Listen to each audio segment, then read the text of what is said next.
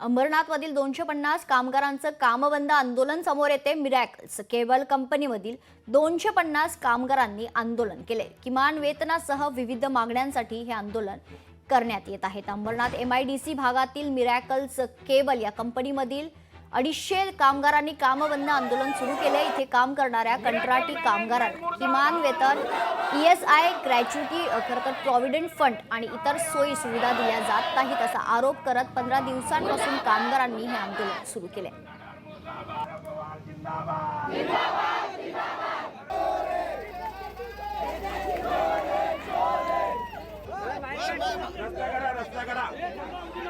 साहेबांना जाऊ द्या तिकडे झाले, माझा पेमेंट नाही वाढला, काय नाही वाढवला आणि असं एकदम गुलामीसारखं आमच्याकडनं काम करून घेतलं।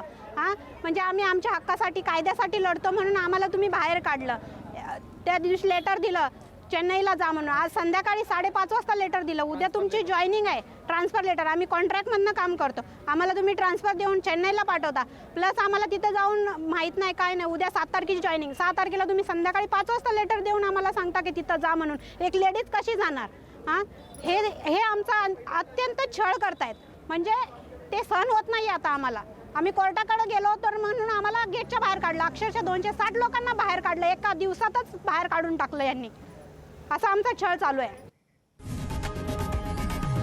लोकशाही मराठी ऐका, पहा, जागरूक रहा।